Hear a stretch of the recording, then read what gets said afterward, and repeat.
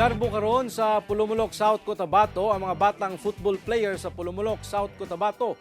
Human nakuha ang bronze ug silver award sa gipahigayong Season 3 sa International Football League Battle of Asia sa nasod Thailand. Ang detalye sa report ni Efren Mamak.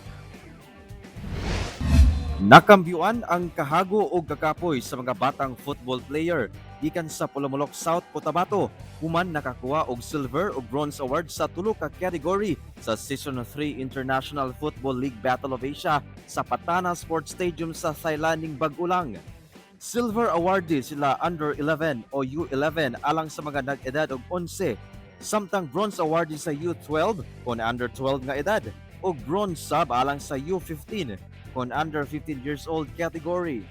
Saysay sa ilang coach nga si Hilmar Candido, dili sayon ang ilang nasinatian sa pagbiyahe padulong sa Thailand.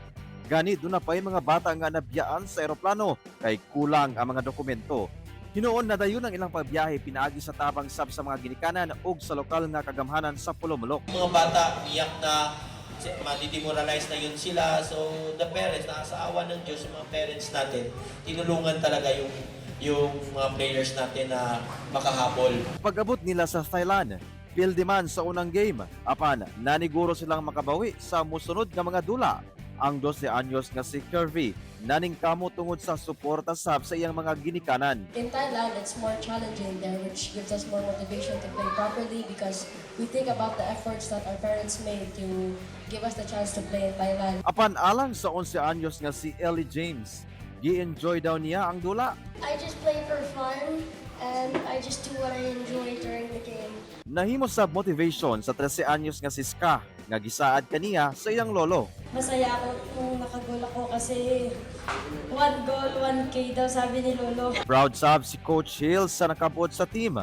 Tambag niya nga gawas sa sports, tarungon sab ang ilang pagtuon. Your goal is to finish your college. May makuha po puhon o scholarship ninyo sa universities. Sumala sa Football Club o Polomolok, mas maayog yun nga maingganyo ang kabataan sa sports. Masaya po kami pag may mga bata na mahilig maglaro ng football in behalf na kisa sa gadgets. Samtang kadaugan sab sa Football Club o Polomolok ang tulo nila ka players nga sila si Kian Carl Purgatorio, Hans Escocia ug Rafa Cabalfin kinsa napili nga mag-represent sa Barca Academy Manila, Philippines human sila mapil sa Barca World Cup 2026 nga ipaygayon sa Barcelona, Spain sa March 28 taman April 2, 2026. Kauban si Gary Balantayog, Bong Vicencio, Efren Mamak. 1. Mindanao.